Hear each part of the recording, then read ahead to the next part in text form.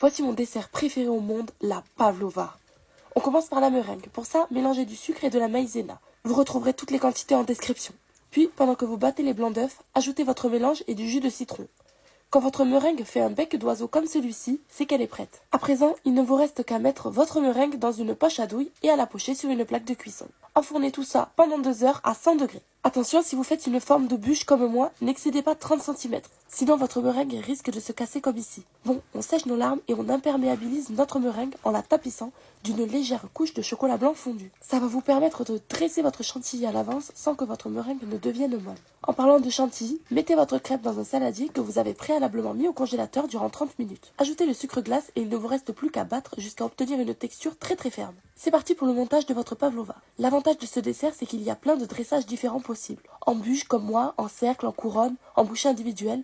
J'ai même vu des modèles à étage en forme de sapin. Le plus important, c'est de faire attention à ne pas trop sucrer la chantilly pour qu'en s'ajoutant à la meringue, le tout ne soit pas trop sucré. Et surtout, de mettre énormément de fruits. Vraiment lâchez-vous, c'est ce qui ajoute de la fraîcheur à votre dessert. Un peu de sucre glace en déco et le verdict de la patronne. Miam.